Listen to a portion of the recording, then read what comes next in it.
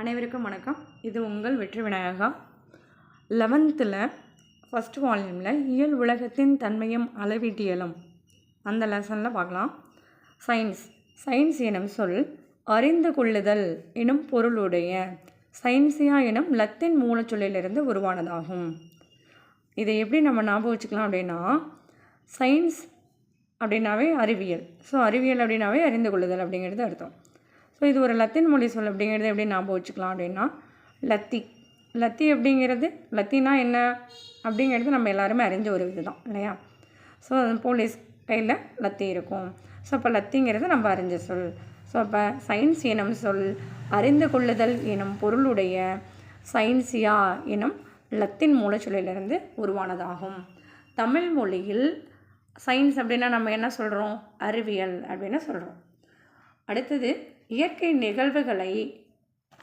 நிகழ்வுகளை உற்று நோக்கி ஆய்வு செய்து மற்றும் பகுத்தறிந்து பெறப்பட்ட முறையான அறிவே அறிவியலாகும்.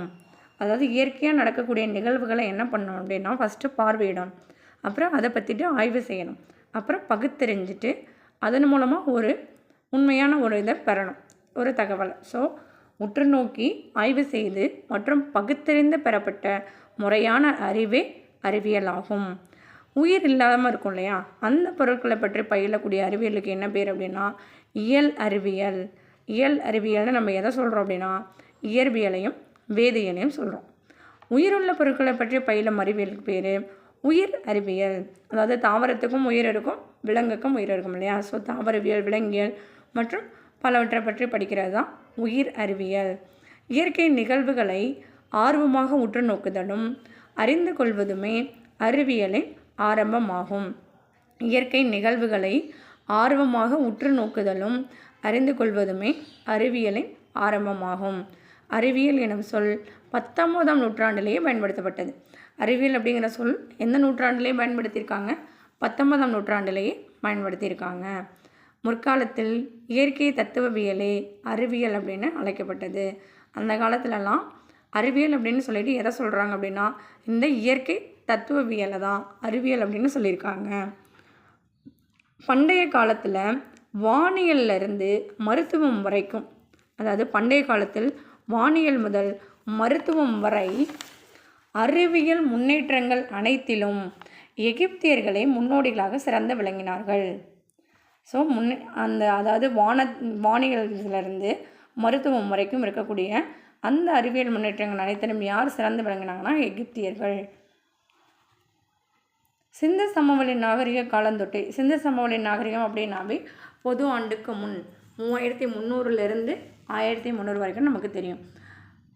ஸோ அப்போ சிந்து சமவெளி நாகரிக காலந்தொட்டே இந்தியர்கள் அறிவியல் மற்றும் கணித பயன்பாட்டில் சிறந்து விளங்கினார்கள். இந்தியர்கள் எதில் சிறந்து விளங்கினார்கள் அப்படின்னா அறிவியல் மற்றும் கணித பயன்பாட்டில். அதுவே எகிப்தியர்கள் எதில் சிறந்து விளங்கினாங்க அப்படின்னா வானியல் மற்றும் மருத்துவம். ஸோ வானியல் மற்றும் மருத்துவம் அப்படின்னா எகிப்தியர்கள் அப்படின்னும், கணிதம் ப்ளஸ் அறிவியல் அப்படின்னா இந்தியர்கள் அப்படின்னும் ஞாபகம் வச்சுக்கணும். அடுத்தது அறிவியல் முறை. ஒவ்வொரு அறிவியல் முறையுமே, ஒரு அறிவியல் முறை அப்படிங்கிறது ஒரு பொதுவான சில அம்சங்களெல்லாம் உள்ளடக்கி இருக்கணும். அது என்னென்ன அம்சங்களெல்லாம் உள்ளடக்கிறோம் அப்படின்னா, முறைப்படுத்தப்பட்ட உற்றுநோக்கல், கட்டுப்படுத்தப்பட்ட பரிசோதனை, தரமான மற்றும் அளந்தறியும் பகுப்பாய்வு, கணிதவியல் மாதிரிகள், கணித்தல் மற்றும் சரிபார்த்தல் அல்லது தவறான கோட்பாடுகளை அறிவியல் முறை மூலம் கண்டறிந்து தவிர்த்தல்.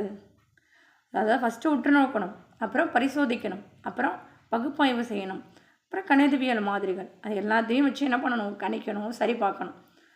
அல்லது தவறான கோட்பாடுகளை அறிவியல் முறை மூலம் கண்டறிந்து அதை என்ன பண்ணிடணும்? தவிர்த்தரணும். ஸோ இப்போ அறிவியல் முறையினுடைய பொதுவான அம்சங்கள் அப்படின்னு சொன்னோன்னா மொத்தம் 5 இருக்குது. உற்றுநோக்கல் எப்படி இருக்கணுமா? சாதாரண உற்றுநோக்கல் கிடையாது, முறைப்படுத்தப்பட்ட உற்றுநோக்கலாக இருக்கணும். பரிசோதனை அப்படிங்கிறது எப்படி இருக்கணுமா? கட்டுப்படுத்தப்பட்ட பரிசோதனையாக இருக்கணுமா? தரமான மற்றும் அளந்தறியும் பகுப்பாய்வு, கணிதவியல் மாதிரிகள், கணித்தல் மற்றும் சரிபார்த்தல். ஸோ இதெல்லாம் இந்த ஒரு அம்சங்களெல்லாம் உள்ளடக்கினது தான் அறிவியல் முறை. அடுத்தது பாக்ஸ் கொஸ்டின் பார்க்கலாம். பொது ஆண்டுக்கு முன் 350 இயற்பியல் என்ற பெயர் அரிஸ்டாட்டில் என்பவரால் அறிமுகப்படுத்தப்பட்டது. பொது ஆண்டுக்கு முன் 350 இயற்பியல் என்ற பெயர் அரிஸ்டாட்டில் என்பவரால் அறிமுகப்படுத்தப்பட்டது. இதை எப்படி ஞாபகம் வச்சுக்கலாம்? அதாவது இயற்பியல் அப்படிங்கிற சொல்ல அறிமுகப்படுத்தினது அரிஸ்டாட்டில் அப்படிங்கிறது எப்படி ஞாபகம் வச்சுக்கலாம்னா, இயர் எப்பயுமே என்ன ஆகும்?